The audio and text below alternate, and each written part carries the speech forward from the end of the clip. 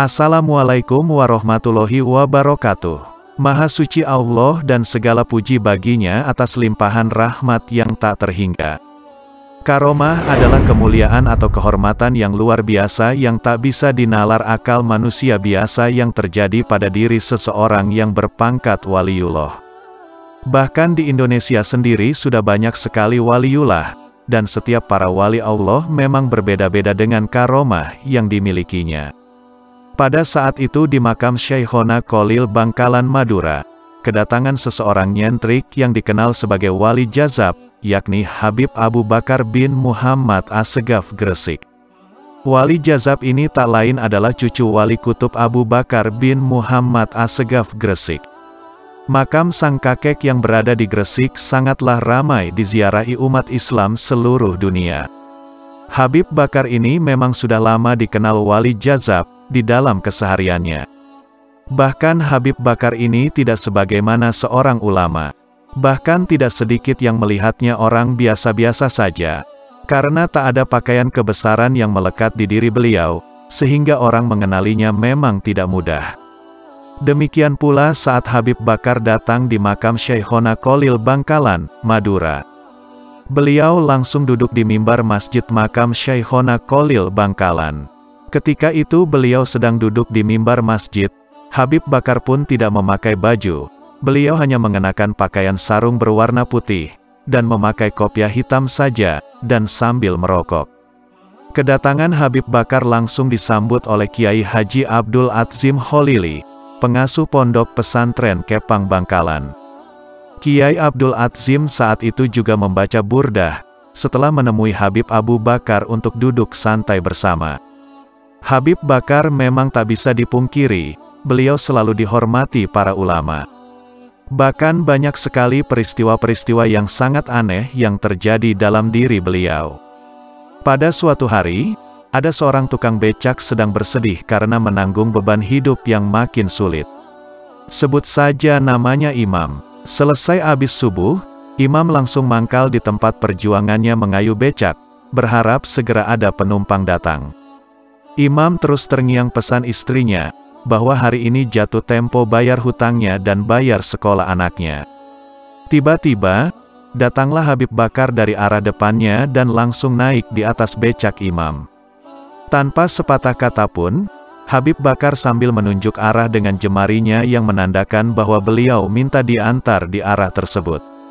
Imam termasuk sosok tukang becak yang sangat cinta para habaib. Dengan sangat bahagia, Imam segera mengayuh becaknya sesuai petunjuk Habib Bakar. Di tengah mengayuh becaknya, Imam ingat kebiasaan Habib Bakar dalam merokok. Uang seadanya di sakunya dibelikan rokok untuk Habib Bakar, wujud penghormatan Imam kepada cucu Rasulullah. Padahal, itulah uang terakhir di sakunya yang mau digunakan untuk sarapan.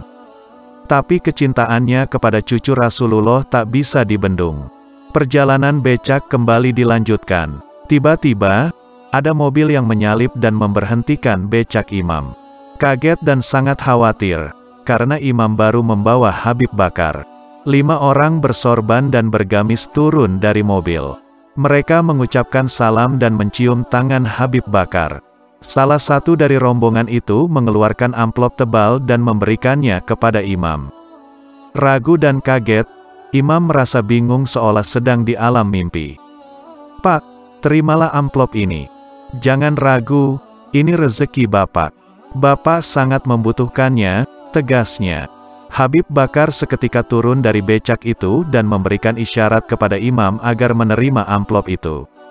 Habib Bakar lalu ngeloyor pergi dengan jalan kaki tanpa sepatah kata pun. Kesaksian supir angkot. Seorang sopir angkot dari Gresik bernama Rohman Adiputra menceritakan, "Subhanallah, ini fakta. Saya dulu supir angkot. Waktu itu beliau pernah ikut naik angkot saya muter-muter kota Gresik. Dan beliau duduk di depan cuma pakai sarung saja tanpa memakai baju. Lalu beliau saya kasih 1 bungkus rokok tetapi beliau tidak mau. Beliau hanya mengambil 3 batang rokok saja. Yang 2 batang beliau taruh di telinga kanan dan kiri. Yang 1 batang beliau hisap. Ketika saya tawarkan yang lain, beliau tidak mau lagi, hanya cukup 3 batang rokok saja. Subhanallah, pada saat itu tanpa aku sadari penumpang begitu banyak turun naik. Padahal waktu itu mobil angkot yang lain banyak, tapi sepi gak ada penumpangnya, hanya punya saya saja yang rame penumpang. Tapi saya tahu itu waliullah yang selalu membawa berkah rezeki. Semoga beliau selalu disayangi Allah. Amin. Jamaah heran saat meminta nama anaknya. Suatu hari ada salah satu jamaah yang minta nama untuk anaknya. Habib Bakar memberikannya nama Fatimah. Jamaah itu bingung, karena sudah bilang kalau anaknya laki-laki sesuai hasil USG. Ternyata betul, setelah lahir bayi itu ternyata memang perempuan. Hujan berhenti dengan sendirinya. Ketika itu ada seorang jamaah bingung karena musim hujan tanpa henti, sudah 10 hari. Banyak yang basah, tak bisa kering. Ketika Habib Bakar datang, kondisi cuaca langsung panas sampai 3 hari. Semua yang basah jadi kering semua. Setelah 3 hari itu, Habib Bakar pergi lagi, lalu hujan tak berhenti lagi.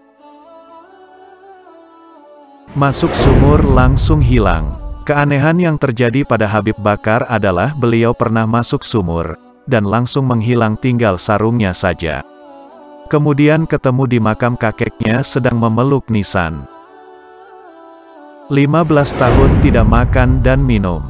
Habib Abu Bakar ini juga pernah 15 tahun, di dalam kamar tanpa makan dan minum sedikitpun. Wallahu a'lam bishawab. Berikut testimoni orang-orang Gresik yang pernah berjumpa dan bersalaman dengan Habib Bakar. Penjelasan Kus Siswoyo. Biasanya kalau di warung banyak yang ngasih rokok, tapi kalau dia tidak srek di hatinya jangan berharap diterima. Malah orang yang tidak tahu sejatinya beliau malah yang dimintai, maka orang yang dimintai tersebut yang beruntung. Penjelasan Fununul Mak. Dulu saya sering ketemu beliau kalau malam minggu di suatu majelis. Beliau tidak banyak dawuh, hanya senyum-senyum yang bikin hati senang, subhanallah.